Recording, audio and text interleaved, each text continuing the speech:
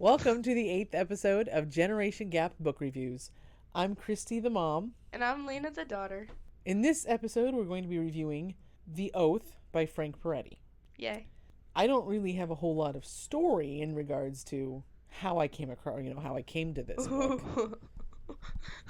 And frankly, neither do you. I mean, you recommended it to me, like, way back. You read it because I recommended it to you. Yeah, well, that's true. But didn't... Literally what you just said, though. Wait. Didn't Ramsey give you it? Or did you read it before she gave you it for your, graduation? I could not tell you 100% for sure. I am pretty sure I had already read it before she gave it to me. I do, the copy I owned, I did get as a graduation gift from high school. So, that was a long time ago. And then you got 2 other copies, right? Yeah, our family currently owns, like, 3 copies, I think? You have 2 and I have 1, yeah, because you gave me 1. Yeah, so, because, I gave you, well... I don't know which... Okay, so we got 1... You got 1 for your graduation, right? Uh-huh. And then we got 1 from Gramsci and Grandpa's house. Mm-hmm. And then we got 1... We found... I think Dad a thrifted one. Yeah, which had his signature in it. It was signed by Frank Peretti, so he was like, I know we already have a couple copies of this, but I'm going to get this anyway. So, and then every time we see it somewhere else at a thrift store, he's like, yeah, let's get it again. I mean, I do love this book, but it's not like having more copies of it does me a whole lot of good. Yeah, you can't read them all at the same time. And at this point, I honestly don't remember if I gave you my original copy or if I gave you... It was one of Gramsci's. I remember that one. And we got that from her after she died, right? Yeah. Yeah. Oh, lore. Lore unlocked. Okay, I'm sorry. I don't know what that means. if in a game, like an intense game, they got like lore, like background story. So it's like, we're like, I was just saying, it's like our backstory, That she died? Yeah, that she died. Okay. I don't, it's generation gap, I guess, right there. Yeah. I mean, I know what you're saying. I just definitely wouldn't have thought of it in that way. Yeah. So up front, I will just make it clear that I have long held this book as my favorite book. Not even just one of my favorites, but my favorite. When I was in high school, and I think even the first few years after high school, I read this book many times. I mean, I probably read it like once a year for 10 years or so.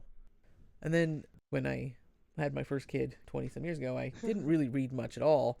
But when I got back into it at this point, it's been about 5.5 years, I got back into reading, and I got back into reading heavily. It was one of the first things I wanted to do was reread that book, and I still enjoyed it.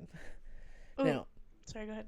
Well, I was just going to say that when I was younger, when I was a teenager and young adult and stuff, when I would read it, I would get freaked out. I would get a little bit freaked out by if I read it in the dark at night and stuff. Because it's a suspense. Yeah, right? And I don't know that it happened as much when I read it again a few years ago, but I still really liked it. So, one of the biggest things that I remember when I was reading The Oath is, your dad, my grandfather, right? Because he does rendezvous or reenactments, whatever you want to call them.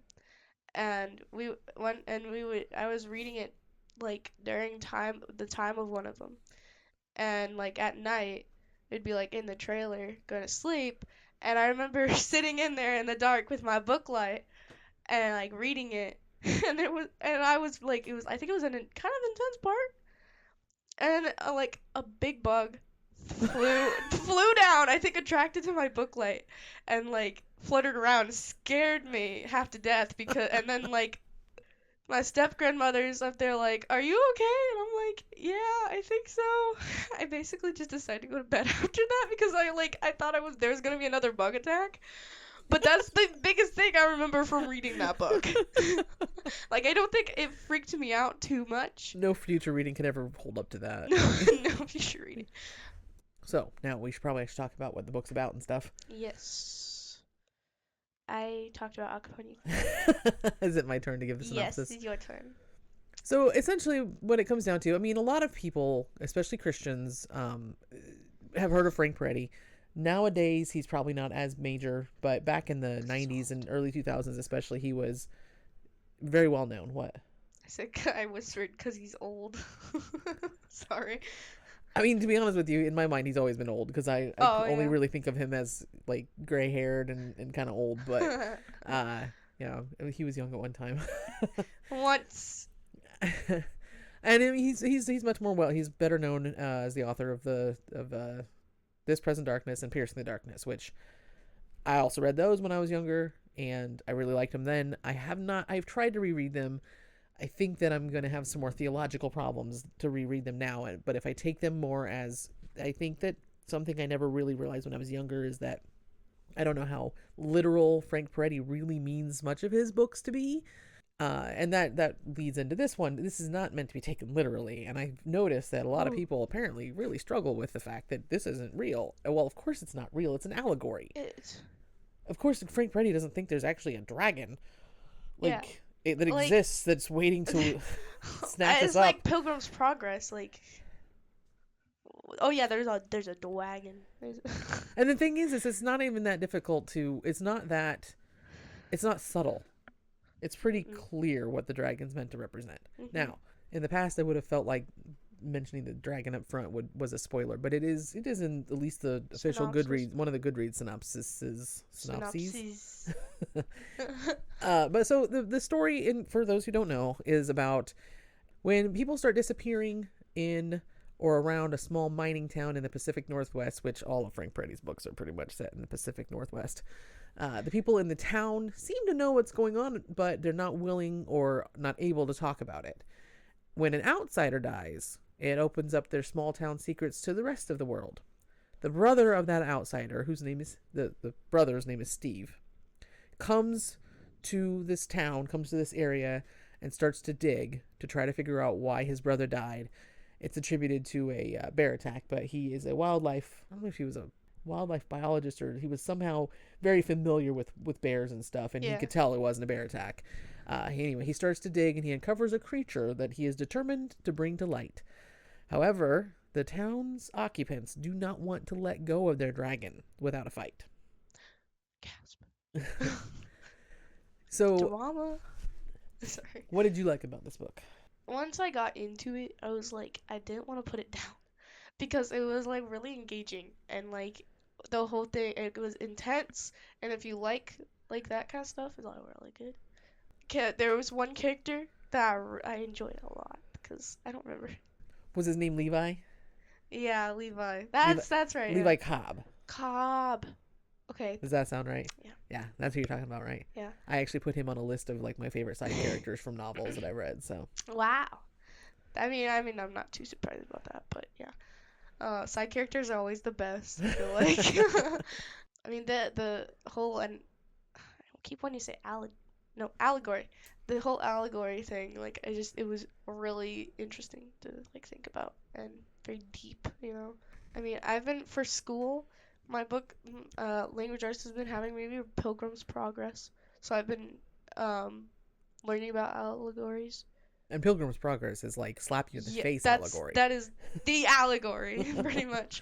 But so, I mean, because I feel like now that I read it, like, I think, it was like almost a year ago. I read it back in May of last year, because I remember which rendezvous it was at. But this you can talk about after reading it almost a year ago, but the previous episode's book you had read like 2 months before and you couldn't remember it.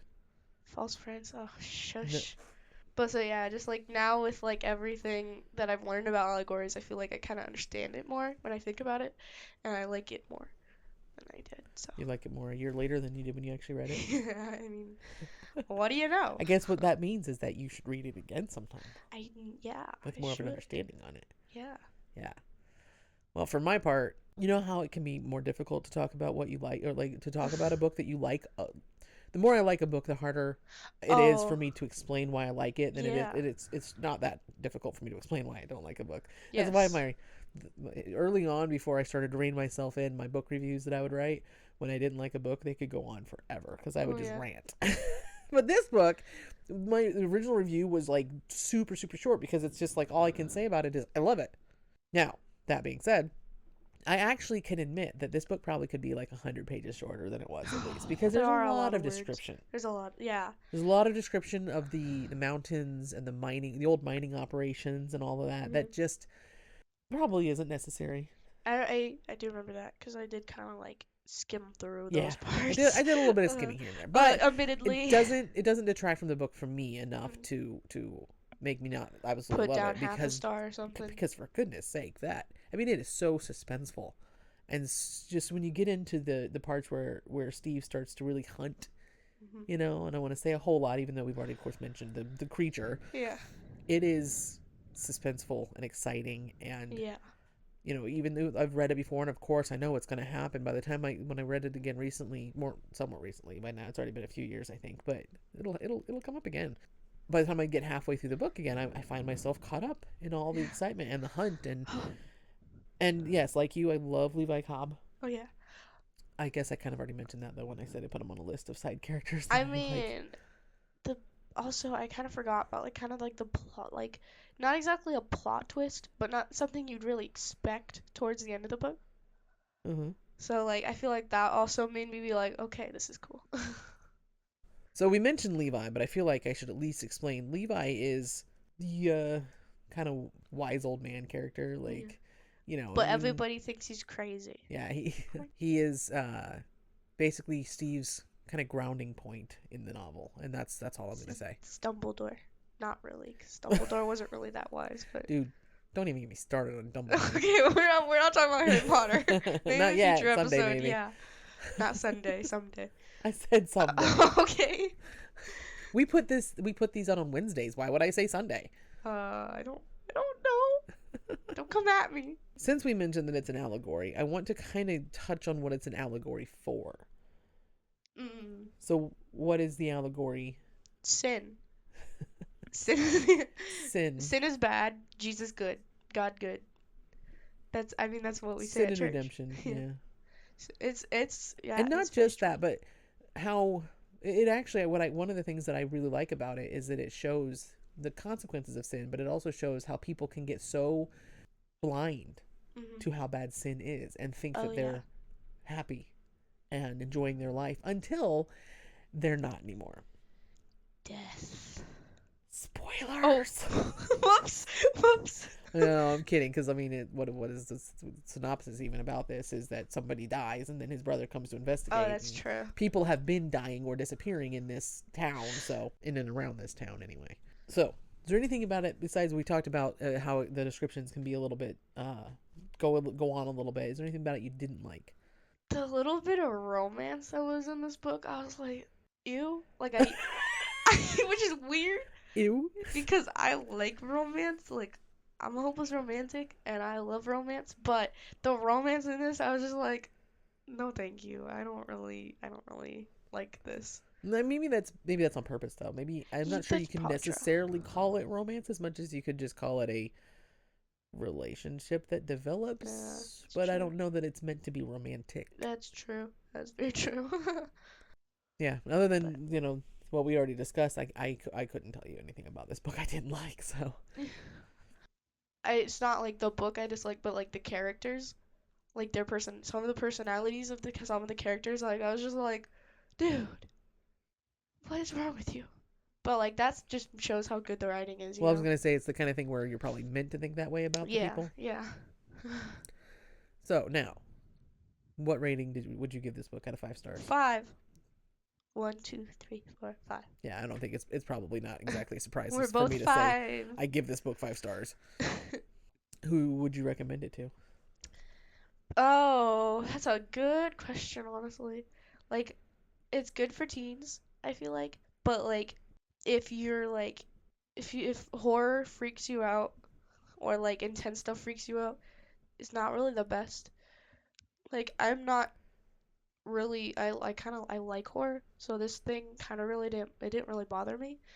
But like for other people who like, you know, who don't like horror, it probably would be that worse for them. Just it's not read horror, it in the light. It's not horror, but it is. I think teenagers could read it. I was a teenager when I read it. Yeah. I don't know how old of a teenager I was, but I was definitely mid mid to high teens at the oldest, and I liked it. Obviously, I mean it kind of formed a lot of my reading enjoyment when I was younger.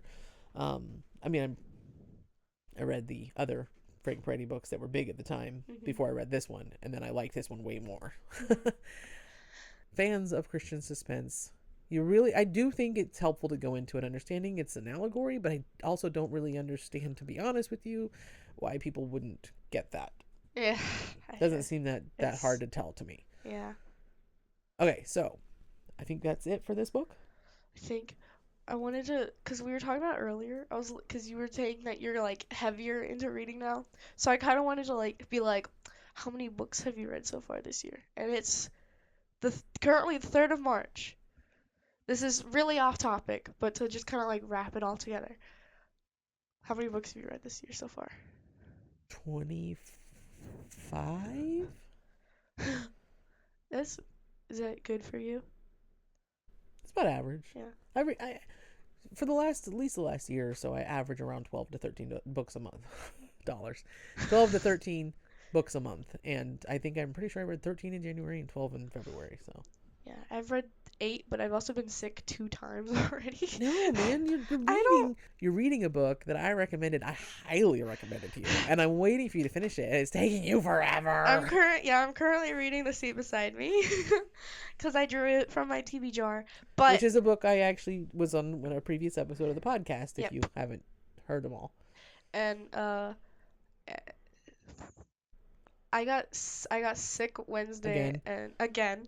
Second time, the third time this winter. And I can't really read when I'm sick because I can't comprehend what I'm reading that well, or it just like words are just mush, you know. I think that's the same thing as you can't comprehend what you're reading. That's but true. Okay. But anyway, so yeah, I feel like I could have read like 10 books this year so far, but I keep getting sick. Your immune system, start working. Join us next time when we are going to be reviewing 3 by Ted Dekker. Until next time, I'm Christy. And I'm Lena. And this is Generation Gap Book Reviews.